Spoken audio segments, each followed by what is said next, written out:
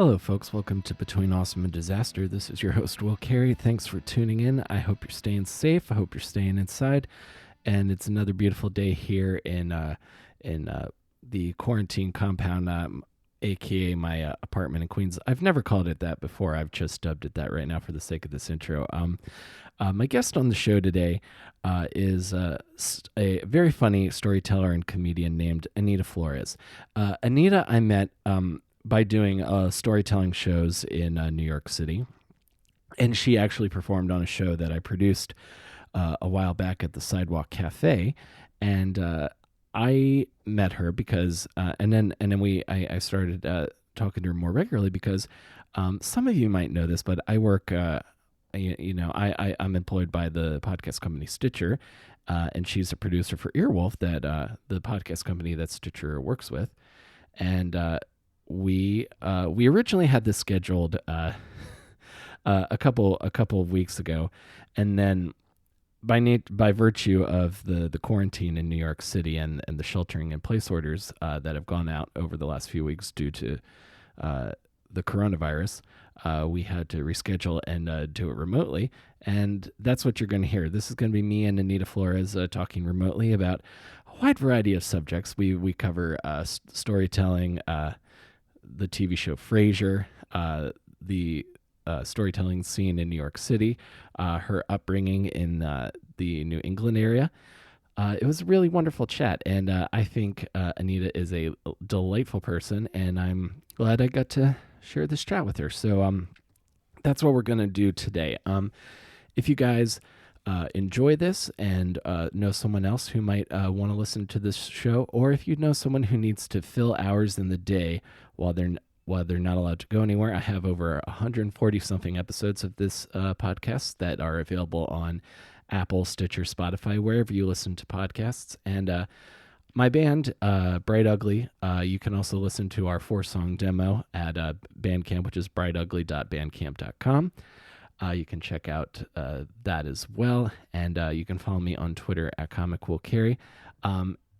And the main thing is I just hope that you guys are faring well. I've been feeling okay. I'm kind of feeling a little batty right now, but otherwise, I'm maintaining, I'm maintaining, which is, sometimes that's the victory in the day. I, for some reason, have thrown a lot of value into continuing to be busy and productive while I'm at home. And I feel good doing that, but you don't have to do that. And sometimes I don't even have to do that. So remember that just getting through the day is the victory during these really weird times. And thanks, everybody. And let's go to my chat with storyteller, comedian, Anita Flores.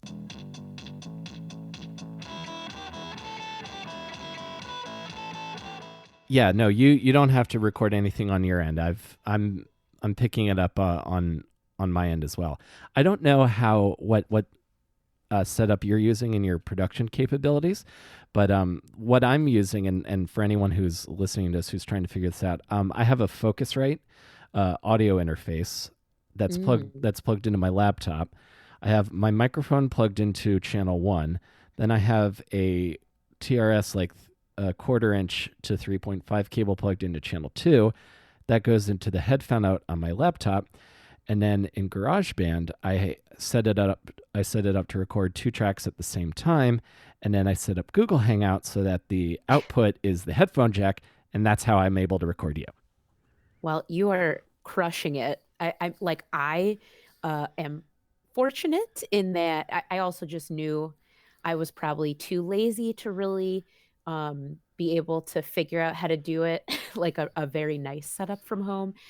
So my Frasier podcast I do is produced by a friend of mine who has a recording studio because she also produces other podcasts through the network. This is not a plug, I swear, but Sure. but yeah, and I did have a task cam which definitely stopped working, so I should probably get like a new piece of equipment so that I can have like a backup because voice memos okay, but it's not, it's not the greatest. Yeah, exactly. It's good if everything else breaks and you need to save something. Um, Exactly. yeah, and this and like figuring out like remotes is something as a podcaster that was like my I don't know that was like my white whale. Like how do I set up a mix Mm. minus? Which I don't Mhm. think this is technically a mix minus, but it's been working so far. Um, I Yeah. I really like as soon as I knew that we were like not I was not going to be leaving the apartment for the foreseeable future. I very quickly like ordered this one cable and found like some YouTube videos. It's like you can do this with this piece of equipment. I was like, great, that's what I'm going to do. Nice. All right. Well, you got it figured out. Some people are still, there's lots of people still figuring it out. So you're steps ahead. I'm trying. Like, if there's one winner in the midst of this whole situation, I've talked about this with a few people. I have heard Zoom every hour for weeks straight. Yeah. It's nothing but Zoom. Yeah, I don't know who figured it out. Well, I mean, I guess we learned about it from work, but yeah. also do me a favor. I wasn't sure if we had already started or not. Let me know, just so I can be, you know, charming, more charming. Oh, we've already started. You've been very Oh, charming so cool. far, I think, because uh, Thank God. I Okay. was well. I wanted to tell you this because I know you, Anita Flores, from you I from the storytelling community in New York City. Yeah. That's where I think we first met was doing storytelling shows, and specifically one that I put on at the Sidewalk Cafe, the venerable East Village performing arts venue, which I think is a super cool spot. And I was so excited when I started seeing her name pop up in my work email, and then I was like, "Oh, she works here now. Oh, Yeah. that's so great. It's very exciting stuff." Yeah, I'm so glad that you reached out because I didn't know. And Slack or no, you got it in an email. Yeah, there's so many Yeah, people like and I it's very hard for me to put email or like emails to faces. So, I'm very glad that you reached out to let me know that we were working in this for the same company. yeah, absolutely. Because I mean, I get to see like so many like comics that I know from just years of being in New York City uh, come through and do the shows that we do, and then I occasionally get to do some pretty cool shows there as well. So, in a way, I might not have done late night yet. I may not be headlining like A rooms across the country, but in my own like small little way, I feel like I had a bit of a break after just like putting myself through just garbage through for years and years. Not saying that I love I've loved all my experiences in New York, even when they weren't great, because it meant that I hadn't moved back home. Uh, but Yes, that's a win. exactly, but and I'm sure your experiences like this is similar to this as well. It is a slog through a lot of I feel like a lot of indignities that most people would not tolerate to make something of it in New York City, and then in show business specifically. Oh, absolutely. It feels as I mean, I've been in New York for 11 plus years, and I was also born in New York, but then I spent like age 7 to 17 in New England with Mm-hmm. my mom's side of the family, and then I decided to come to New York on my own for college. But it's really crazy, to think about. I've had so many, just as a performer and also as like a producer and working in comedy, I've had so many jobs. Uh huh. And for a very long time, I was like, oh, I am just failing. And then came to realize a lot of people give up on New York. And so the fact that I'm still here and I still love it, Yeah. I it does set me apart and other people as well. Some people just I don't think they want the grind, and I apparently still crave it. Yeah. So, and now that I don't want to jinx it, but I very much love my current job. as a producer at Earwolf. They have a coffee machine. My bar is very low. Yeah, exactly. I was just happy. I used to work at this. I had this horrible call center job where that was so dimly lit that I'm 90% sure it's the reason I have glasses. Like Oh it, no. like it is it was so unpleasant, my experiences there. And I credit a lot of this to my fiance because I'm one of those people that I've tolerated a lot of abuse for the sake of survival. Mhm. But I felt like for the longest time I felt like that's what you have to do because being on stage, that's the goal. Come to realize that's reserved for like 5 people at any given time in the world. So if I wanted to like not be horribly depressed in the off chance that it takes me a while to come up in that rotation, Yeah. I better, you know, I better have some stick to itiveness and figure out some other ideas. So you were born in New York City, but and then grew up in New England. So do you consider yourself a native New Yorker or no? You know, I do. I still feel weird, but then when I talk to people, basically everyone, including people that have spent their whole life in New York, tell me I've earned the time between, being born here, staying, being here till I was 7, moving to Connecticut, and then coming back, having now spent a majority of my life, plus the whole being born thing here. That ultimately brings me to the conclusion that I am a New Yorker. So yes, I consider myself a native New Yorker. Awesome. And what borough did you grow up in?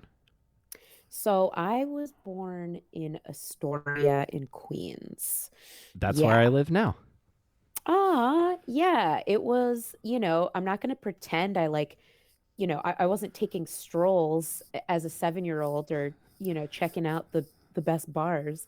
But the things that I remember are like, taking the subway with my mom or my dad, going to like a diner owned by a Greek family, like within walking distance of the apartment that I grew up in. And those little things definitely stuck with me. I actually, when I was doing promo for season 3 of my podcast, I'm listening, a Frasier fan podcast. I did a little interview with Patch.com where we talked about just sort of how being born in New York and born in Queens influenced me. And it definitely took me a while to realize uh, just how much New York stuck with me even after I moved to Connecticut because I lived or no I went to a total of 4 colleges if I haven't already spoken about that on stage in front of you. Mm-hmm. And it was enough colleges that I did a one woman show called College Sucks, I think summer 2018. But yeah, I went to 4 different colleges and 3 of them, well, no, okay, 2 of them were in New England. Yeah. And I just realized, the sort of diversity that I was lucky enough to grow up around those first 7 years. Uh, Also, just the fact that, like, in New England, like, I grew up in West Hartford, Connecticut, and it was, Mm-hmm. their public transportation is not really a thing there. There was the bus, but it wasn't necessarily something that people took very often. And so, like, I didn't grow up with a lot of money, and that's another thing that I felt like was okay in New York, that you can still like make it here without having a car, which is like a big thing to me. I also don't have a license and I'm 32. uh but yeah, I think just, all of those little things about New York, I'm convinced were in my brain and, somehow made me move here without really thinking about it. Also, I changed my major. I was a psych major when I went to the University of Connecticut. And then I realized that I have always been a film and TV person just from watching Yeah. it and writing. And so then I ended up applying to Brooklyn College, to their film and their TV programs. And at the time, it was much easier to get in, and it was affordable. And yeah, and all of those friends that I made at Brooklyn College are my close. Those are my best friends, with the exception of my best friend from high school. She's the only friend I really keep, and she is my best friend from Connecticut. But all of my close friends I met at Brooklyn College, and they are all New Yorkers. So I do feel a deep connection with New York and people that are from New York for sure.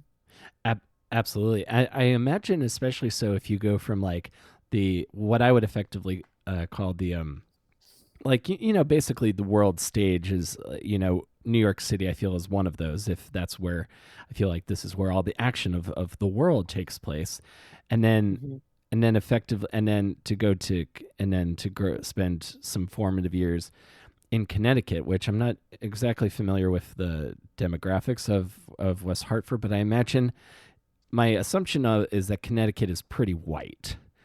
Yeah, I would say there's definitely parts of Connecticut that like I think as a whole it's frustrating, like with sort of, if you're not and I get it, if you're not from Connecticut, you're going to have a general assumption about what you're dealing with, like especially because from New York, you can take the Metro North to one of the probably the wealthiest county in Connecticut, which is Greenwich County. And within there, there's Darien, which has been lovingly nicknamed Ariane. And there's a lot of wealth. There's a lot of wealth over there. Right. Um, and where I grew up, my parents, A, we couldn't afford to live in New York anymore, but B, they had and probably still have a very good public school system in West Hartford, which is part of the reason we moved there, and also because my mom's family was in that area. Mm-hmm. In that particular area, yes, it was definitely very white for sure. And there are many parts of Connecticut that fit that. But there are definitely, the places that I feel like people don't talk about as much if they're not from Connecticut, like Hartford, which is the capital, uh, there at Bridgeport, Connecticut. There are definitely areas that I feel like people don't talk about as much, probably because people in Connecticut don't want to talk as much about, I feel like in every state or probably every country, there's always like, I find it very, I don't know how to describe it, but there's a certain thing that bothers me talking to people sometimes about the way they speak of like quote unquote bad neighborhoods or bad areas. Mm-hmm. And, the reality is there's a bad quote unquote area of dangerous areas in every state, in every country. I don't really know where I'm going with this, but the point is, yes, there's a lot of wealth in Connecticut. There's definitely parts that are very white. There are also parts that experience poverty, that have a lot of crime. I, I felt that I had a very interesting situation in which West Hartford definitely probably on the whiter end of the spectrum in Mm-hmm. terms of, like I'll give you an example of, and I feel like this is a actual plot line in the show Friday Night Lights, which I'm watching right now, Mm-hmm. which is, they were these are fights that happen in New York City as well, where we had a great public school system. So they at our school they had like a program where they would have kids come in from Hartford, where there are some public schools there that aren't as great. And I think there were parents that had their concerns about that, which I found very obnoxious. Where am I going with I would this? imagine that actually reminds me. I was talking to. Yeah. I'm sorry to interject, but my Mm. a friend of mine from where I'm from. I'm from Calvert County in Maryland, and specifically from a really small town. Like two small towns, like populations under 1,000. But I was talking to this friend, and apparently I didn't know this. Apparently, like kids from like PG County or like near Annapolis, which would be considered like the bad parts of the state, were like bused down to our school, and like these are like kids I guess were like he said were like in gangs, or like, and by gangs I probably mean like just a crew at their school, and then they are suddenly pulled out and sent down to the middle of nowhere, and Hmm. were kind of like not thrilled with it. But Yeah. I had no idea. I was just going to school, doing homework, and then going to to rehearsal for the play. That was my that was my life. Yeah.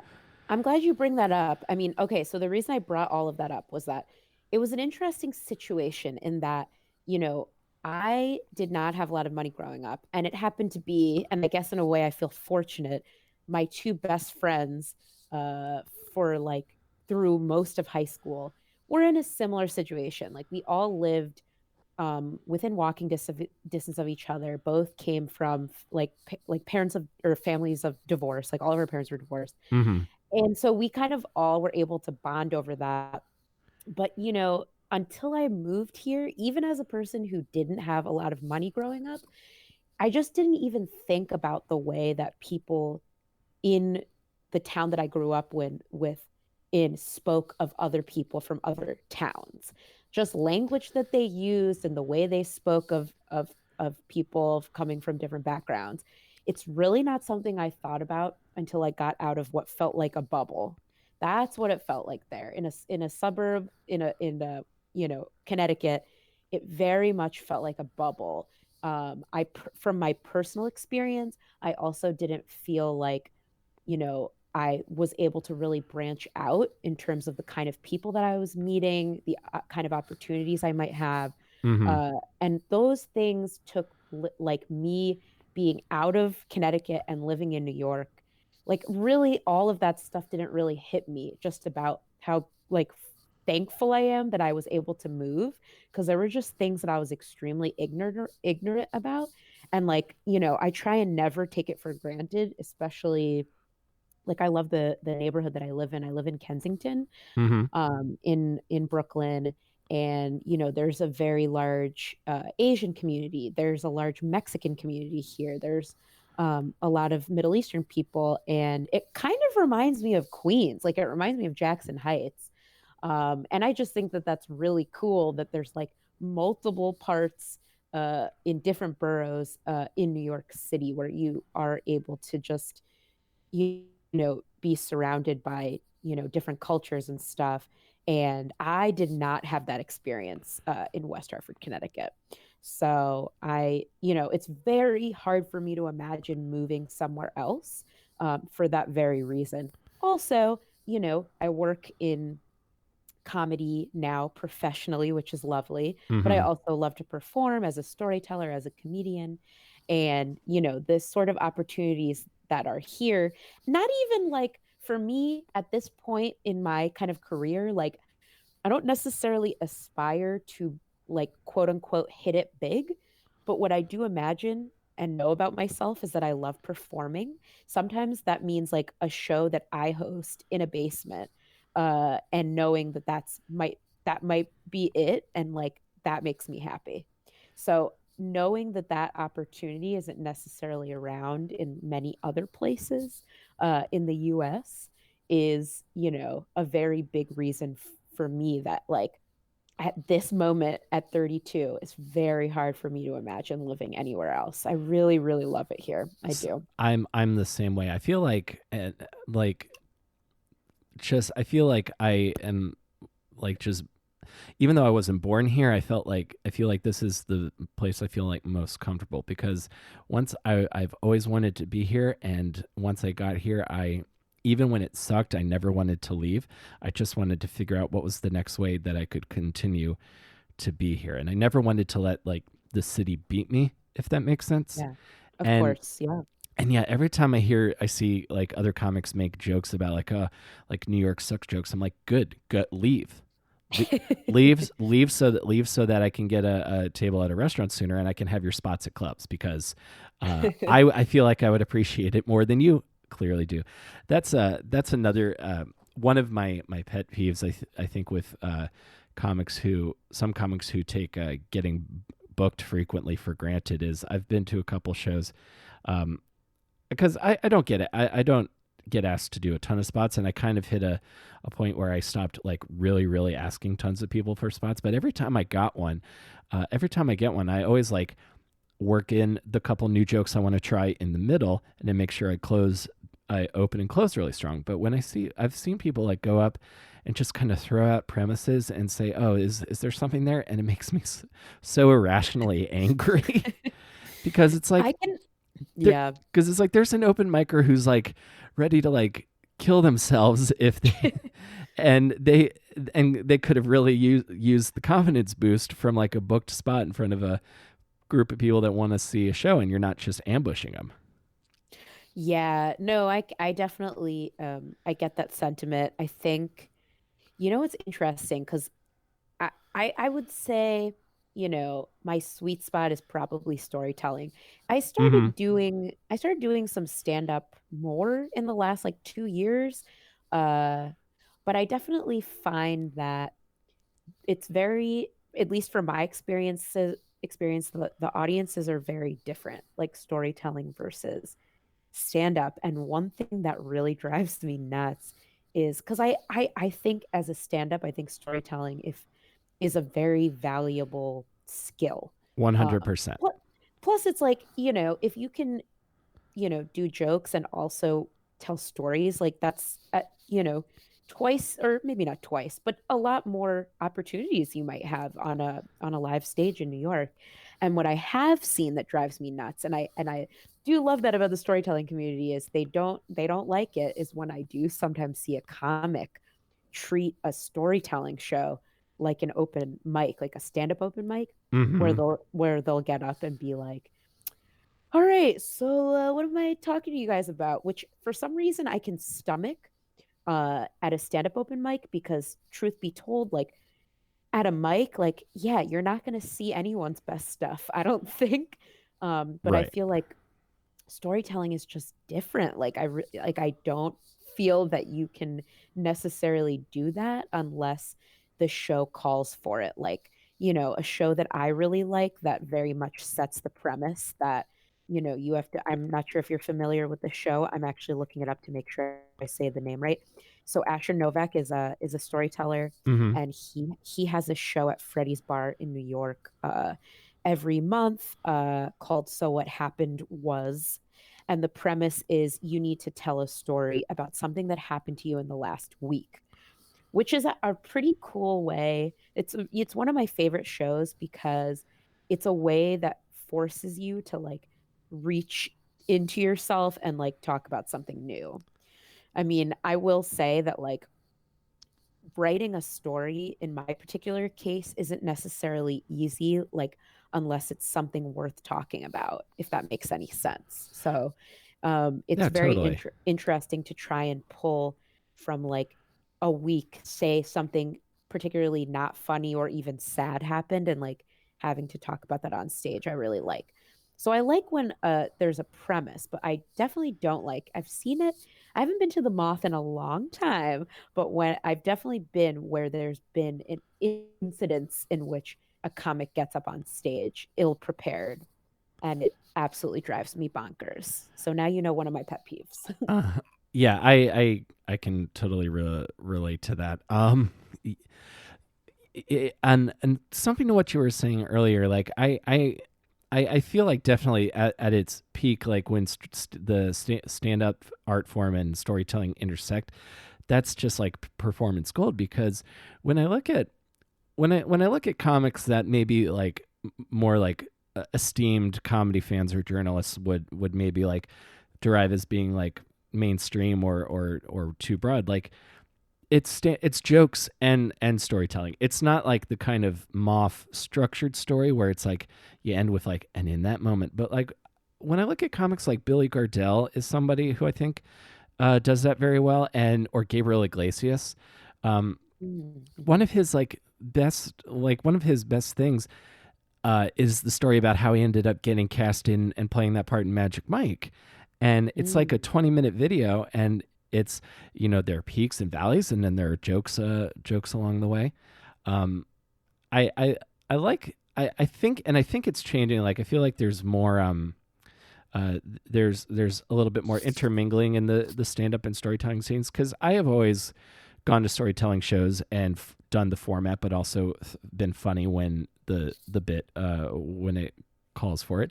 And then I also like doing a punchy long form thing at stand up shows when I can get the crowd who's on their second drink of the 2 drink minimum to follow me on the journey, Yeah. as they No, say. I think I love when stand up and storytelling collide. I mean, my one of my biggest inspirations for just the idea that you can, tell a funny story is Mike Birbiglia, for sure, for sure. Like I love him. I want to have him on I the show I so bad. really like I think the first thing that I saw from him was My Secret Public Journal, which I think was on Comedy Central a long time ago, but um it was so funny, and he was telling stories, and I believe he did start as a stand-up.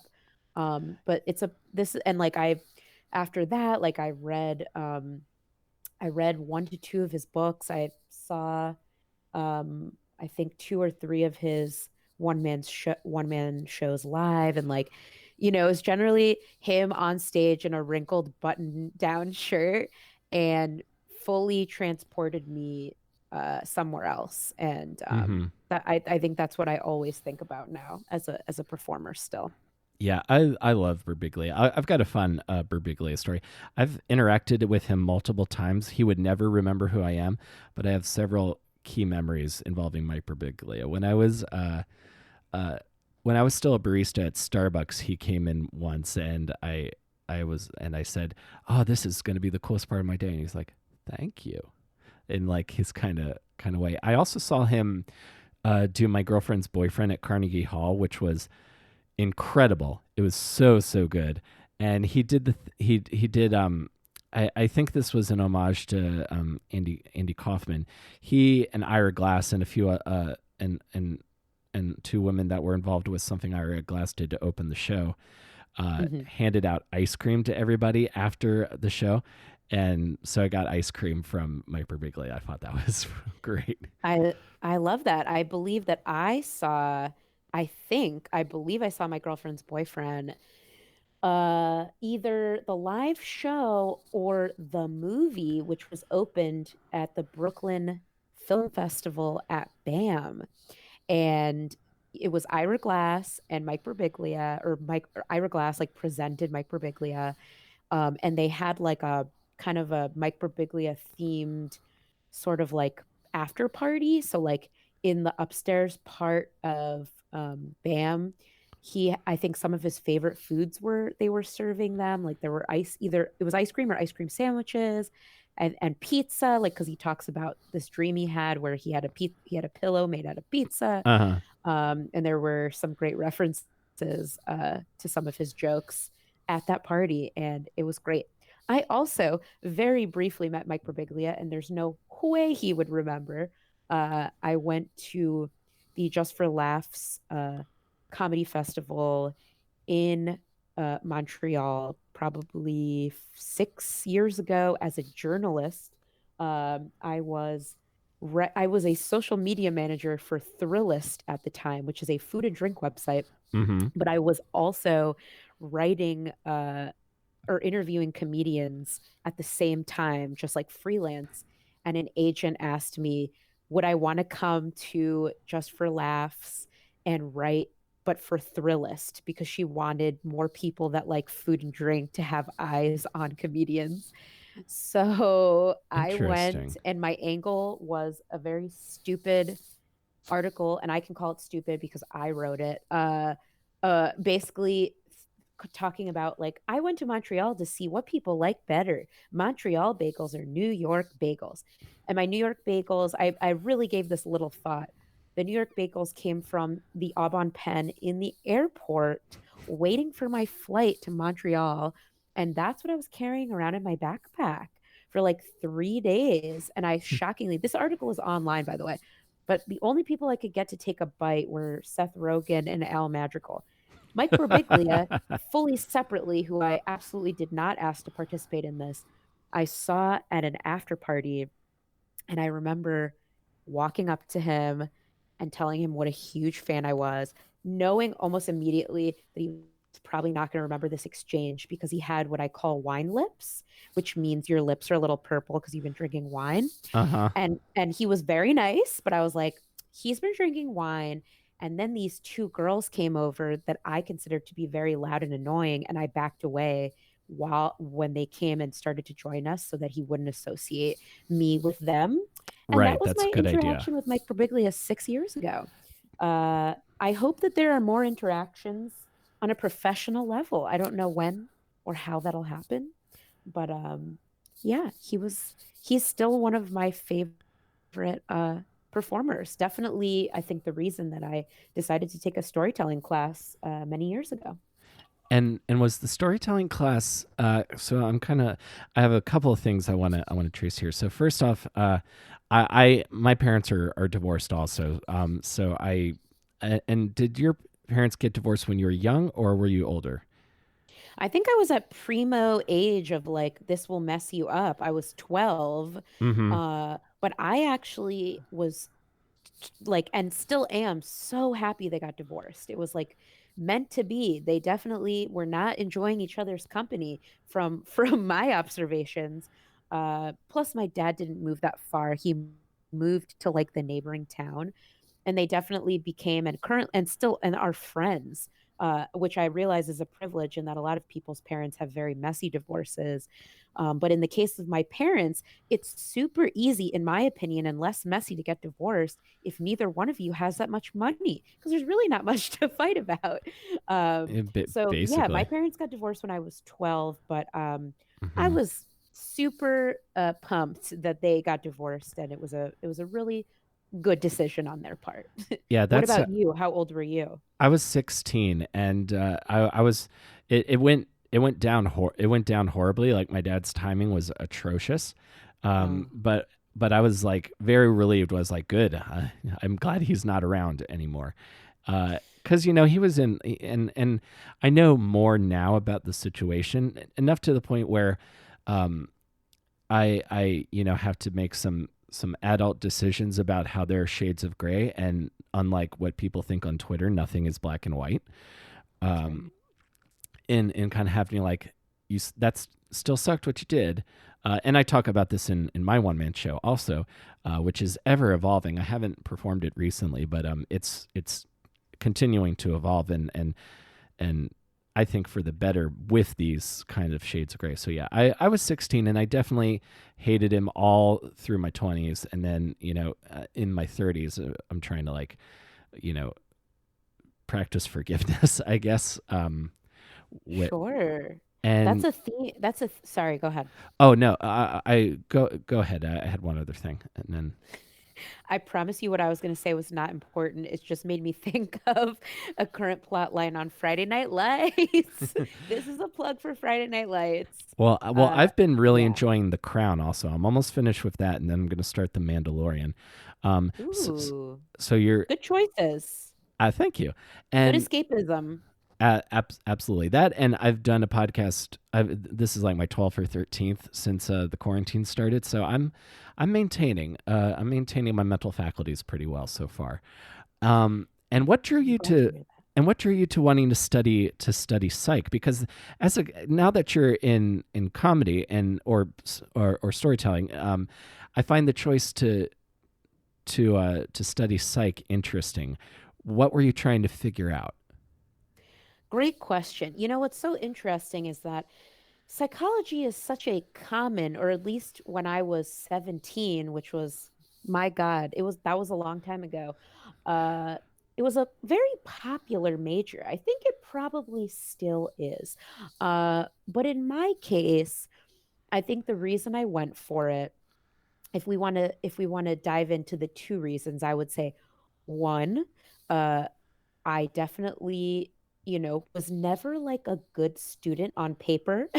But one of the classes that I did well in was an AP psychology class. Uh huh. Uh, I was definitely very interested in learning more about mental illness. Now, I would say it took me a very long time, and this is quite common, not particularly unique, but it took me a very long time to realize that, probably the biggest reason that I turned to psychology is because there is a chock full of mental illness in my family, especially on my mom's side. So I think that it definitely came from probably curiosity, just from seeing how mental illness affects families, especially OCD. Both of my parents. Oh, here's a fun fact. I wrote a script. This is still on track with what you just asked me, but I wrote a script that was sort of an homage to this movie I watched a lot called War of the Roses. Do you know that movie? No, I've never seen that movie. Oh, you should check it out. War of the Roses is a movie from, I think, the late 80s or early 90s with Kathleen Turner and Michael Douglas. They play a couple that is going through a divorce, and the divorce turns ugly, and it's like a dark comedy. Their lawyer is played by Danny DeVito, and essentially this movie is them basically trying to kill each other as they go through this divorce. Oh But I wow. wrote I wrote a script as a screenwriting major about my parents' marriage that was sort of mixed with the plot because both of my parents have obsessive compulsive disorder, and that was like an absolutely mind-blowing thing to watch unfolding, especially leading up to a divorce. So I would definitely say that was a big part of being a psych major, was definitely some curiosity that came along with being around mental illness. However, I'd say the reason that I left that major is because, as I said before, not a great looking student on paper, and when it comes to Mm-hmm. math and science, not strong points for me. And there were classes that I absolutely was not able to avoid that I definitely failed, including statistics, I mean, I think that counts as math. There's numbers, but Yeah, that I remember I definitely. had to take a statistics class as a psych major and I failed it and I definitely didn't want to take it again and I didn't want to take science classes. And that's when I had to sort of look deep inside and think about what is it that I really have a passion for? And it turns out it's writing, it's somehow being involved with comedy, somehow being involved with film, somehow being involved with, somehow being involved with media. Um, and up until starting to work at Earwolf, I was working as a producer in video production. Um, but I'm a huge, huge comedy fan and did get into podcasting because of my Frasier podcast. So I felt very fortunate that things kind of fell into place for me. I feel like that's like also, this is like a hot take that I've just come up with mid sentence, that I feel like if you are a person that enjoys living in New York, you have to believe in fate a little bit. And like I've definitely had some absolutely awful job experiences and awful experiences with the kind of people I've met. When I first moved to New York and the kind of people you surround yourself with when you're lonely and you Mm-hmm. don't have any friends. And I am very grateful for every single experience leading me up to where I am now. Just because that's how I ended up where I am now, based on all the previous experiences that I've had. And same with how I've met my friends, same with how I met my boyfriend. It all comes from like just all the different experiences that I've had with each passing year in New York. I I feel like I just read an essay. I think we have your next yeah, I think we have your next article already to go, Anita. This has been productive already. And Yeah. I completely agree with you because I think about that a little bit. So uh 10 years ago when I first moved here, I was living in Sunset Park. Uh in I wasn't doing very well. I was unemployed at the time. Uh was doing mics and just kind of like feeling like, oh, I'm not as funny as I want to be. And I went and saw one of my favorite bands, Anti Flag, do a show at the Bell House, and another band called the Menzingers, another punk rock band, opened for them. And 10 years later, I've had them both on my show. So I'm feeling great. So Oh, that's amazing. I was telling myself that this will get better. I used to do a joke like when it gets better videos were like a thing. I would go Yeah, on stage and say the thing with those videos is that they never tell you when. They, sure. That's true. Those can be frustrating when you don't have a timeline. exactly. But But I've also had those moments, by the way, in New York. Like I'll mm-hmm, give you a good example, similar to having a moment at the Bell House. My sort of like, for me, what felt like my truth, like, and to me, being in comedy, yes, you can be a performer, but you can also be a person who, like in my case, I worked as a volunteer at the Eugene Merman Comedy Festival like 10, 11 years ago. Uh-huh. And that's actually really, and it was at the Bell House. And that's what really sort of led me into falling in love with New York comedy, not just as a performer, but as a person who enjoys watching live comedy. Mm-hmm. And one of those moments that I feel like I had was I remember volunteering at the Eugene Merman Comedy Festival however many years ago. Um, I remember meeting John Hodgman, and I remember I'd had a few free alcoholic beverages, and I drunkenly asked him for a photo, to which he very generously obliged. And then cut to 9 years later, I started a Frasier podcast. I got him to be on my podcast, and then I guested on his podcast, Judge John Hodgman, as a he had me on as a Frasier expert, as somebody sort of kind of giving notes on a couple who was having a Frasier and Cheers related fight. So I feel like we can all have those moments, especially if you've been here for so long, you know? So that was like, I also felt like a lot of very special moments happened for me specifically at the Bell House. Mm-hmm. So I can relate to you there. Yeah, I love that place so much. I have a great Eugene Merman story. When I first moved here, he was I can't remember the name of the show he used to run there before. I think this was even before the comedy festival, but Mhm. he had just been to Comic Con and he had taken his lamp apart and brought it back with him from his hotel room, and he held out like a sour candy to anyone. If they could hold the candy in their mouth for 30 seconds, he would give them the lamp parts. And and I no one raised their hand, so I raised my hand, get up on stage, he hands me the candy. I sit there for a second. I It was not as sour as I thought it was going to be, but I did, like, because I was playing to the crowd, do a little like few sour faces where and then I still have Eugene Merman's lamp in a GI Joe lunchbox that he signed for me. um Aw. yeah, that venue is magical. And how long have you been in New York now? You say you've been here for almost 10 or 15 years? So I've been in New York since January of 2008. Yes. So however many years that is, I uh, think that's at least 11, maybe 12 years. yeah, 12 years. And did you start, because did you start like storytelling in New York, or did that happen in Connecticut? Oh, it started here. I kind of started like my first before I actually officially moved here.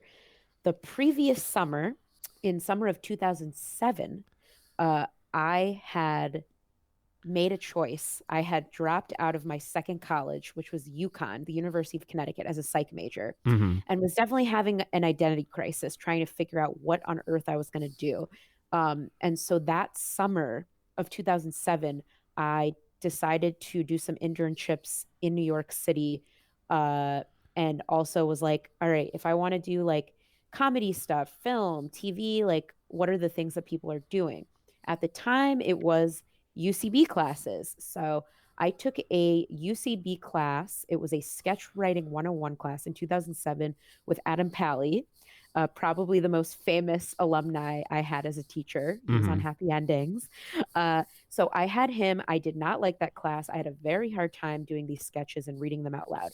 Then, when I officially moved to New York, I took Improv 101 and Improv 201 at UCB and hated it.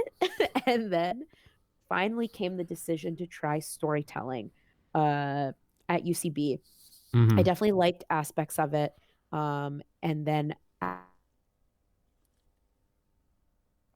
took a storytelling class with David Crabb at the Pit.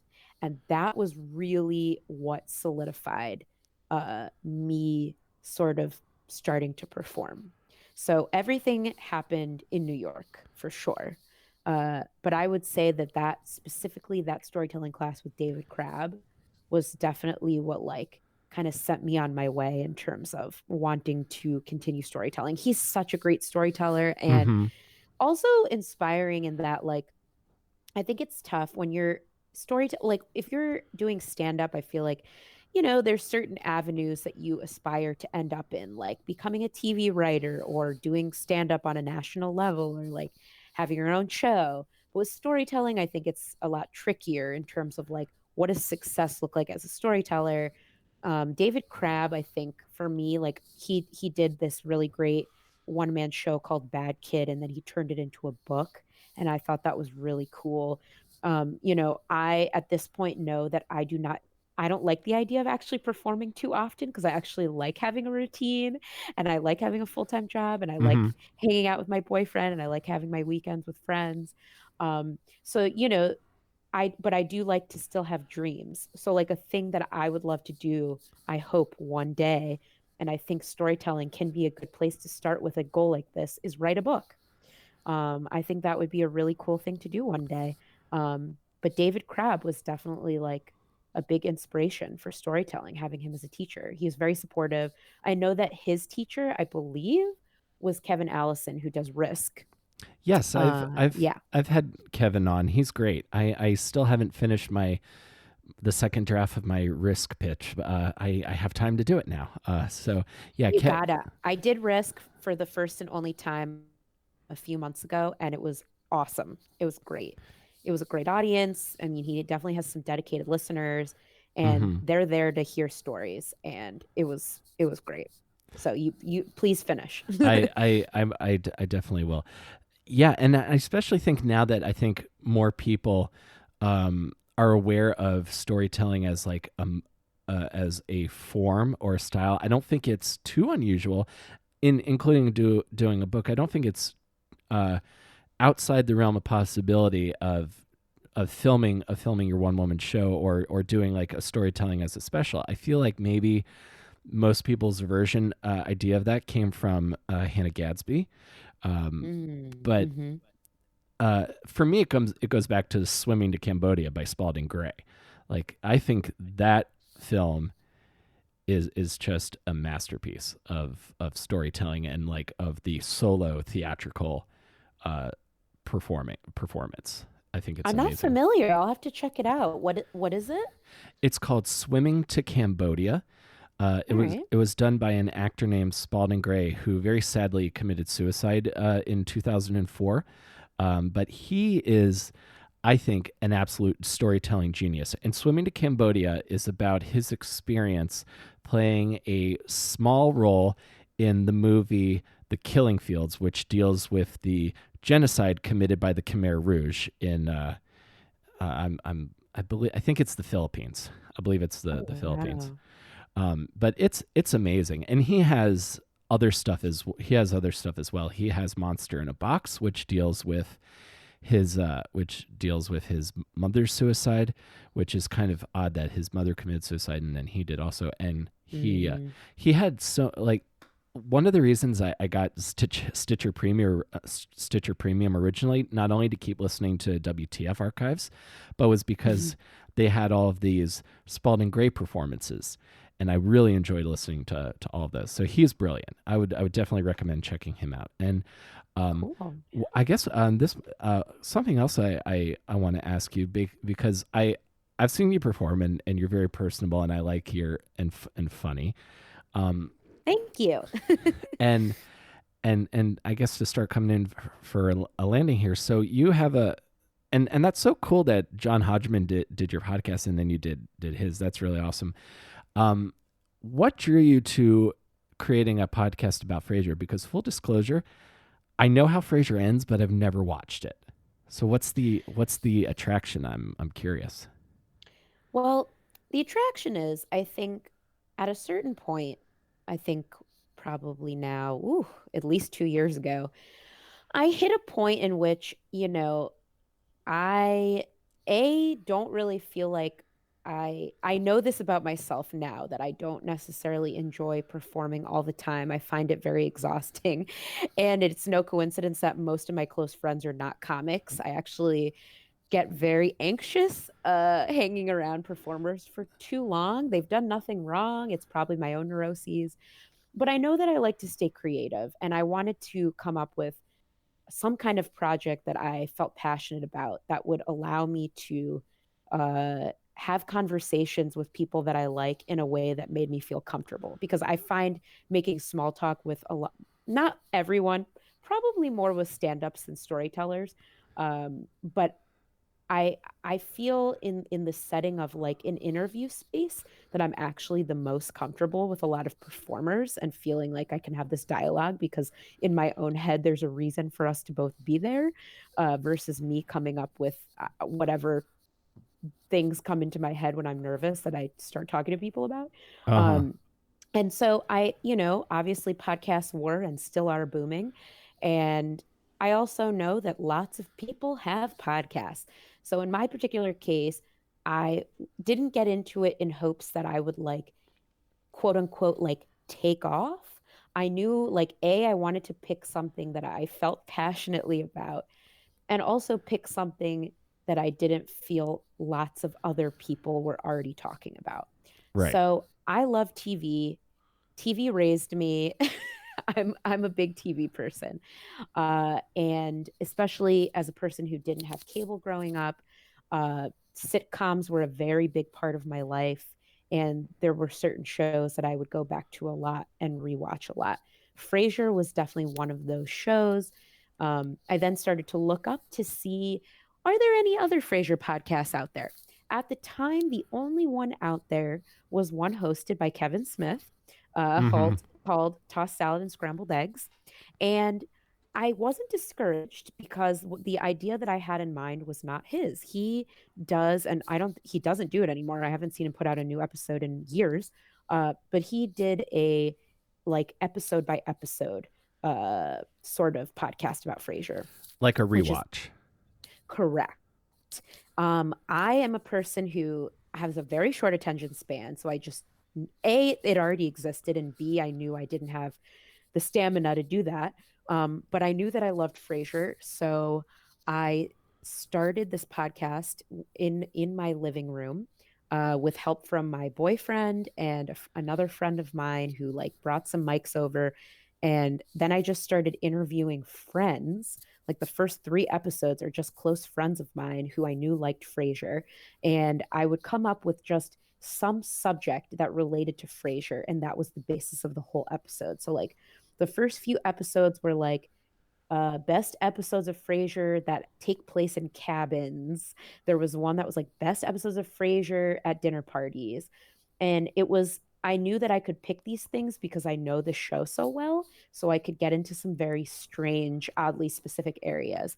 And then fortunately, through a show, I met a producer, and now friend, named Caitlin Moldenhauer, who had expressed interest in starting to produce women who host podcasts and produce podcasts. Mm-hmm. She started a production network called More Banana Productions that specifically produces podcasts hosted and created by women.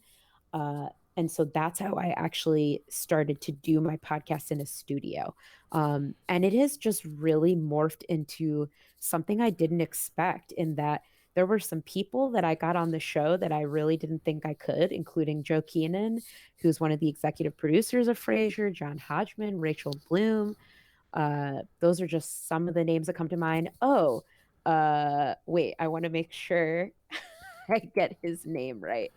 I also got, hopefully not my last Frasier actor, uh, Trevor Einhorn, who played Frederick Crane. He was on the pod on season 3.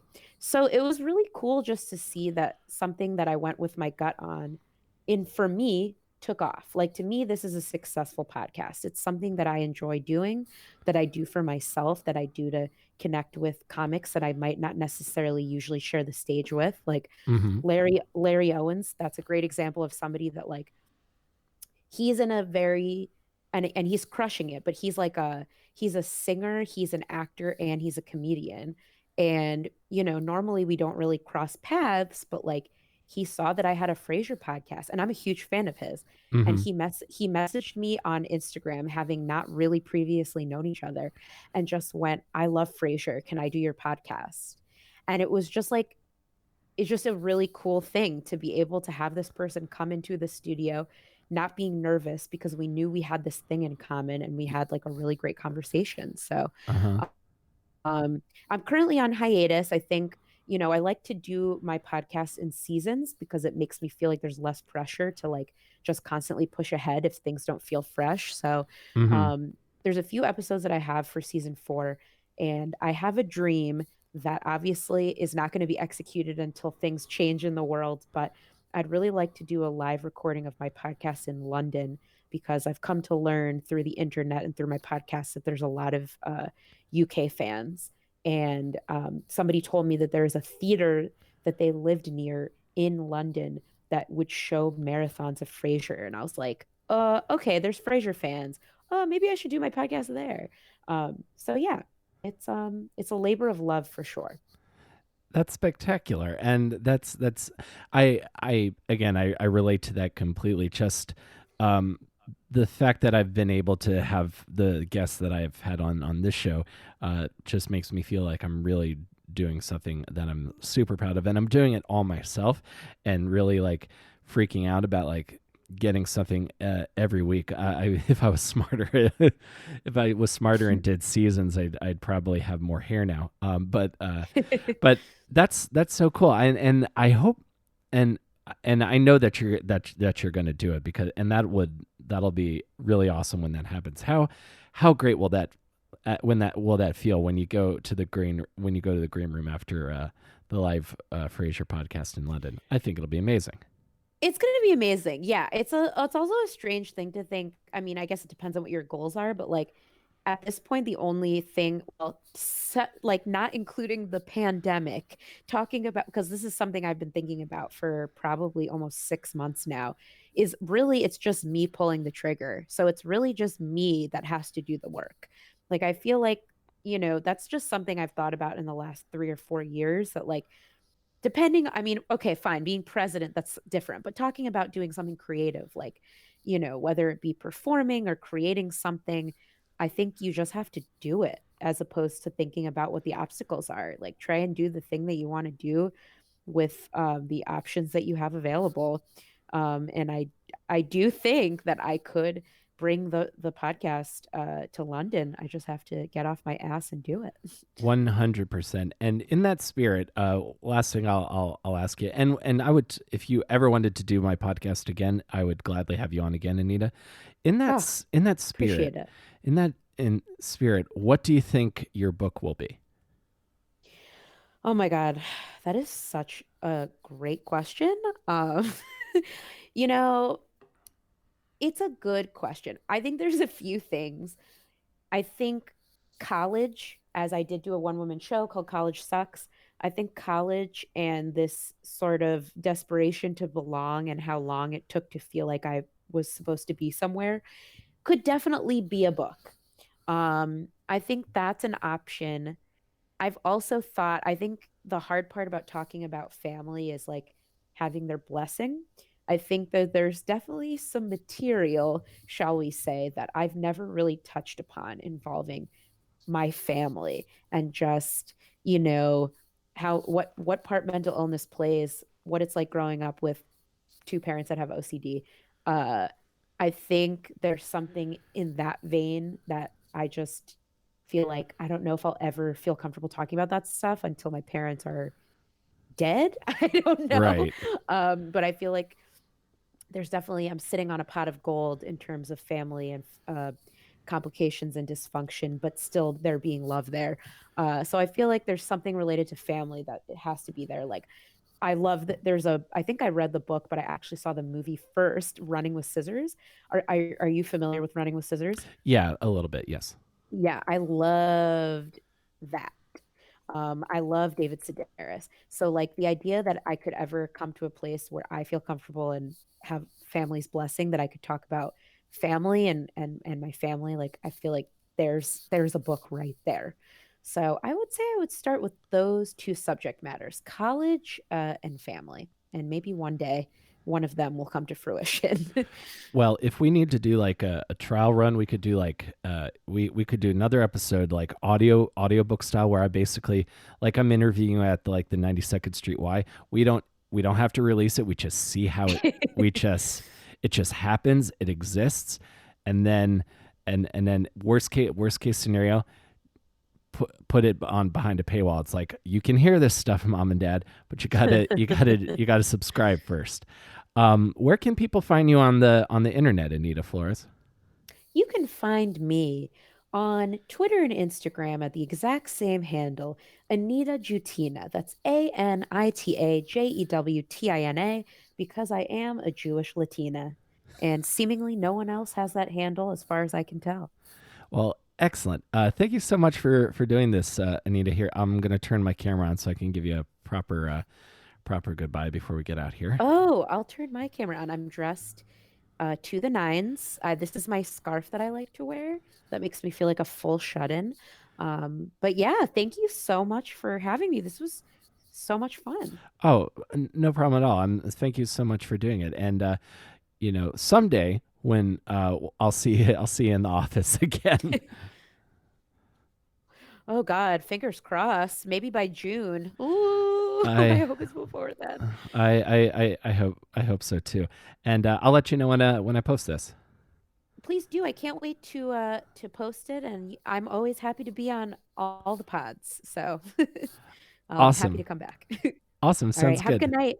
You as well, Nita. Thank you so much. Thanks. Bye bye. Bye.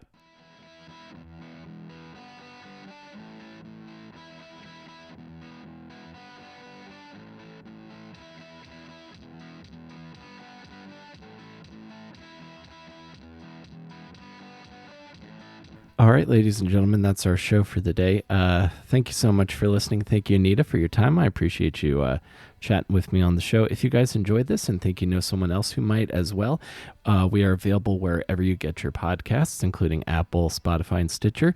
You can also get a free month of Stitcher Premium when you sign up with the promo code AWESOME. Again, that is a free month of Stitcher Premium. That's ad-free archives of all of your favorite Stitcher Original and Earwolf shows, including Comedy Bang Bang, How Did This Get Made, and access to hundreds of comedy albums as well. And you can get a free month using the promo code AWESOME. Also want to give a shout out to my supporter on Patreon at the awesome producer level, Mary Beth Mooney. Thank you so much for your support. You can check out what I'm doing over at patreon.com/awesome disaster. And I hope you guys enjoyed that. And